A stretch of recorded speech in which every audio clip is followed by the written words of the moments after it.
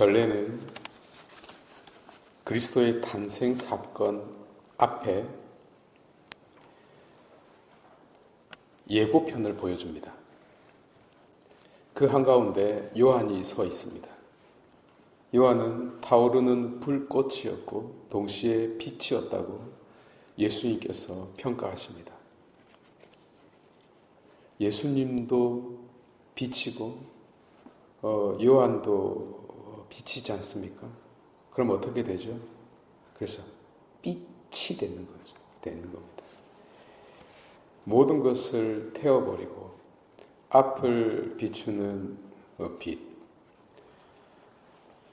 도대체 예수님은 무엇을 말씀하려고 하려는 것이고, 동시에 요한은 우리에게 무엇을 이렇게 전해주려고 하는 것일까요?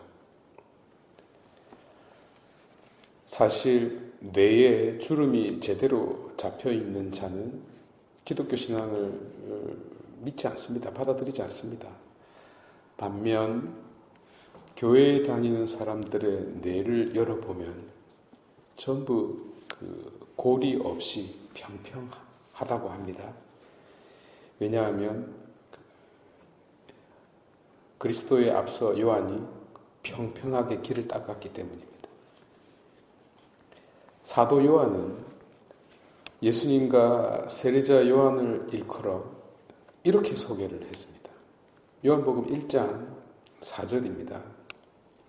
그분 안에 생명이 있었다. 조에 생명이 있었다. 그런데 그 생명은 빛이었다. 포스, 빛이었다. 사람들의 빛이었다는 겁니다. 5절입니다. 빛이 찾아왔는데 사람들이 거절했다는 것입니다. 거부했다는 거죠. 던져버렸다는 것입니다. 그 이유가 8절에 소개되어 있는데 그 빛을 설명하고 있는 요한이 빛이 아니었다는 거죠. 그는 빛을 증언하러 왔습니다. 그래서 참 빛이 왔는데 사람들이 알아보지 못했다는 것이죠. 왜요? 요한이 빛을 증언해야 했는데 그는 빛을 정언했기 때문입니다. 그래서 사람들이 거부했다는 거죠.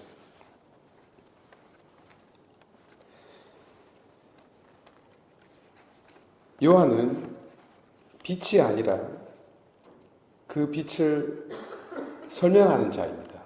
본문은 정확하게 이렇게 되어 있습니다. 페리투 포토스, 빛 주위를 설명하고 있다고, 증언하고 있다고요. 말하자면 그는 빛 자체를 증언하지는 않았지만 그 빛이 만드는 경이로 곧 빛이 자아내는 오로라를 설명했던 것입니다. 14절입니다. 말씀이 사람이 되셨다. 그리고 그 말씀이 우리 안에 계셨다. 바로 이 점을 그는 설명하려고 합니다.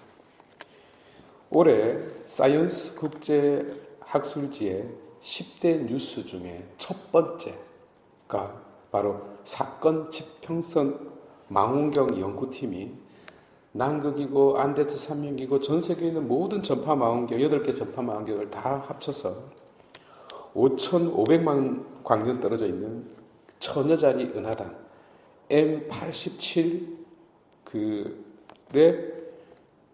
초대질량 블랙홀을 관측한 것이죠. 그러니까 관측되지 않는 블랙홀을, 그리고 관측할 수 없는 블랙홀을 그 주위를 둘러싸고 있는 그 붉은 그 빛의 고리 모양을 통해서 관측한 것입니다. 보여준 것이죠. 관측되지 않는 것을요. 그러니까 그것만으로도 인류 역사에서 가장 경이롭고 놀랄만한 것을 관측한 것입니다. 그러니까 볼 수 없는 것을 본 거죠. 그렇다고 본 건 아닙니다. 마치 그런 것처럼 요한은 빛 주위를 설명하고 있습니다. 그 빛이 무엇입니까? 바로 육을 취하신 하느님이십니다. 절대로 눈으로 볼 수 없습니다. 그러나 그 주위를 우리가 보고 있습니다. 그 주위에 누가 있나요? 바로 살을 가진 우리가 있습니다. 하여 육하의 무게를 가늠할 수 있게 되고 이어서 인간의 무게를 예측할 수 있게 되는 것입니다. 여러분, 빛은 그 자체를 우리 눈으로 볼 수 없습니다. 실명하기 때문이죠. 그런데 그 빛 없이는 아무것도 볼 수 없습니다. 이 빛이 보여주고 있는 것이 무엇입니까? 이 빛이 가리키고 있는 것이 무엇입니까? 바로 우리 자신입니다. 붉은 피를 가진 그리고 살을 가진 우리 자신이요.